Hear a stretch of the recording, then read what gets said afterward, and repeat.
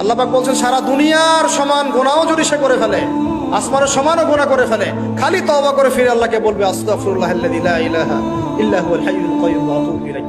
আল্লাহ পাক বলছেন খালেস তওবা করলে গুনাহ তো মাফ করে দিবই, আগের গুনাহগুলোকে নেকি দিয়ে পরিবর্তন করে দেব।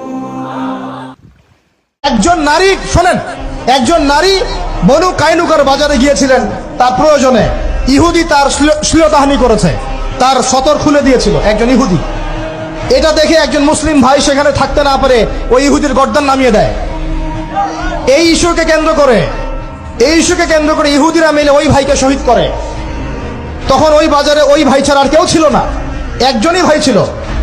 এরপরে এই মামলা আসলো নবীর দরবারে সাল্লাল্লাহু আলাইহি ওয়াসাল্লাম। এটা মদিনার ঘটনা। নবী সাল্লাল্লাহু আলাইহি ওয়াসাল্লাম ওই সাহাবীকে তো দোষারোপ করেনই নাই, ওই সাহাবীকে দোষারোপ করেন নাই, বরং নিজে বর্ম পরে অন্য সাহাবীদেরকে বলেছেন